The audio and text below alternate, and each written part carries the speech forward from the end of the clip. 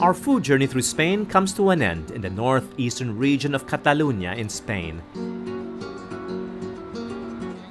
We're in the regional capital, Barcelona, one of the most beautiful cities in Europe and among the most popular tourist destinations in the world. It's not hard to see why Barcelona tops most visitors' lists. The port city is a wonderful mix of architectural styles, world cultures, and yes, the reason why we're here, excellent cuisine.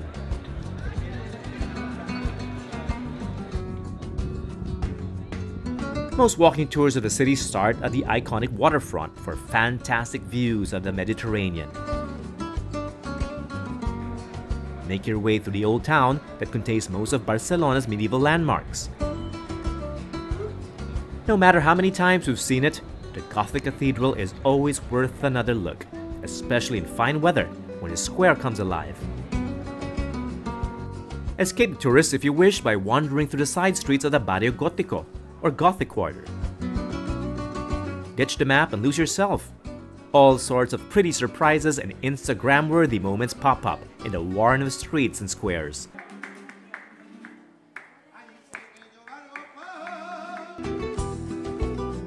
Food lovers won't be disappointed either. There are cafes and bars on pretty much every corner of the quarter. A leisurely walk up La Rambla nearby is one of Barcelona's favorite pastimes. It's touristy, yes, but you can't help but admire the grand buildings that line the historic pedestrian-only avenue. It's also a great excuse to catch a glimpse of the attractive locals, especially in their summer wear. And in case you want to pass off as a Barcelonian, tradition has it that anyone who drinks from the waters of the 19th century Canaletes fountain is considered one. Barcelona's famous market, the Boqueria San Josep, is close by. But let's work up an appetite first and continue further up the Rambla to visit the most stunning quarter of the city. The Passeig de Gràcia is, well, one of the most graceful boulevards in Europe. And this is the best part of it. It's called the Golden Square, a couple of blocks with the most beautiful buildings in Barcelona. Let's take a look.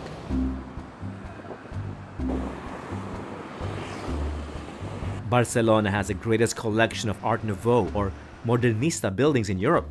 And this section of the Gracia in the chic Eixample district contains the most famous ones. The first landmark on the block is Casa Yeo Morera, awarded by the City Council for its ornate stonework and graceful design. On the same block is Casa Amatller, another example of Modernisme and its fairy tale-like style. Even more impressive is Casa Batlló, the playful structure designed by the celebrated Catalan architect Antoni Gaudí. You'll find many more Art Nouveau landmarks on Passeig de Gràcia and along the side streets of the Eixample, but none can compete with Gaudí's most daring stone masterpiece, Casa Mia. The wave-like facade with wrought iron balconies was once mocked in its time, but has since become one of the most enduring and endearing icons of modern Barcelona. And speaking of icons, we're back at the Boqueria. Barcelona's historic market is to food lovers what Casa Mia is to architecture enthusiasts. La Boqueria opens at 8 a.m. and quickly fills up towards noon. And even if you're not shopping for produce, it's the ideal place to catch a late breakfast or early lunch. When in doubt, just order what the others are ordering. The food market has been around since the 13th century, and many of the market stalls have been around for generations. La Boqueria represents a rich and diverse agricultural base of the Catalan region. Almost every important Spanish product is grown around here. The local chefs are really spoiled for choice, especially with fresh seafood from the Costa Brava. Catalonia rivals Andalusia for the title of best seafood cuisine in Spain. So let's see how the two match up. Coastal Barcelona is blessed with fresh seafood. So the first thing you want to try at the Boqueria is what else? Fresh seafood tapas. Ramblero is one of many bars in the market serving tapas to dine in or to go. I'm ordering anchoas, Spanish anchovies, a well-loved delicacy in Barcelona that's usually served with olives and a generous sprinkling of extra virgin olive oil. Muchas gracias. Beautiful. Wow, look at that. This is a beautiful dish. Another variation is with this iconic Catalan snack, pan con tomat, a bed of crushed tomatoes and garlic on grilled bread. Gracias. Muchas gracias. This is a very traditional pairing. Pan con tomate and anchovies, so anchoas. It's a simple yet filling snack in the morning, and the combination with anchovies is amazing.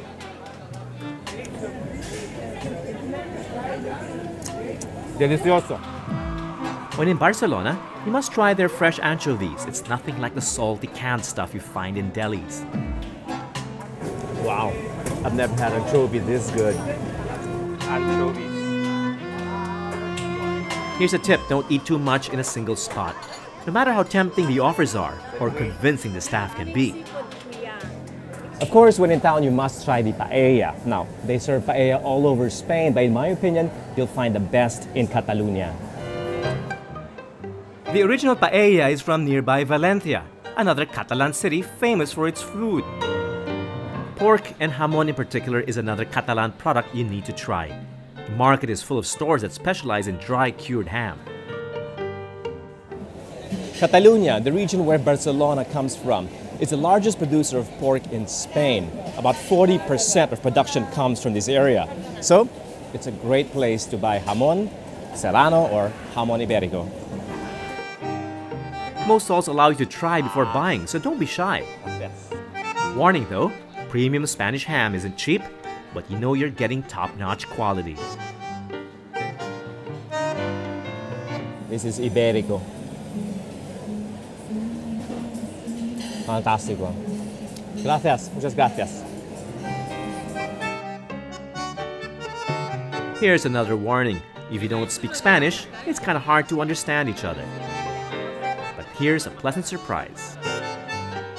One of the great things about the Boqueria is that there are a lot of Filipinos who work here, and therefore they can give you the inside information that you require when making a purchase. Like, I'm looking for quality olive oil, and we have a lot of that here, no? Maraming extra virgin olive oil. La Economica specializes in Catalan delicacies. Here's a list of products perfect for pasalubong. Olive oil, of course, and yes, tasty dried nuts. Sarap. And like us, Catalans share a love for sweets. Their chocolates, turrones, and milk candies are legendary. With a full stomach and luggage filled with Catalan treats, our week-long food tour of Spain comes to an end in one last city. We're in Girona, an elegant city north of Barcelona, known for its Gothic cathedral and ancient streetscape, as much as for her native sons.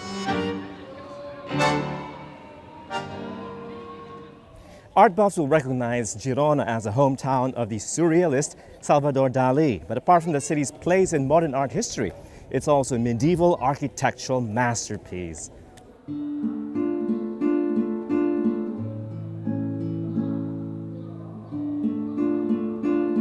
It's one of Catalonia's best-kept secrets, with a historic center seemingly frozen in time. So much so that the old town was used as a location for Season 6 of the Game of Thrones. It's an ancient place, but there's a youthful energy on the streets, with a dining scene at par with some of Spain's most sophisticated cities.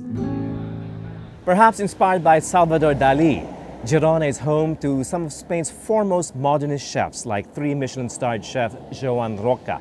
But you can't count out their traditional restaurants, like Cala Pilar, a beloved local institution. Established in 1953, the acclaimed restaurant is now in the hands of the 3rd generation of family members, and the chef owner, a cousin of Joan Roca.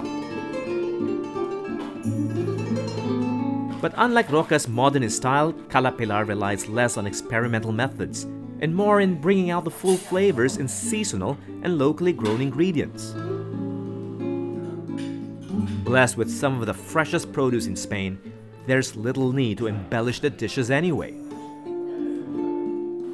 How else would you explain the burst of flavors that come from something so simple as tomatoes on grilled bread? Or something so seemingly ordinary as salmon and greens? Or paper-thin slices of acorn-fed jamon iberico with nothing else on it? Or a cut of beef, charcoal grilled, that's it. And yet, so good you'll nibble the last piece of meat to the bone.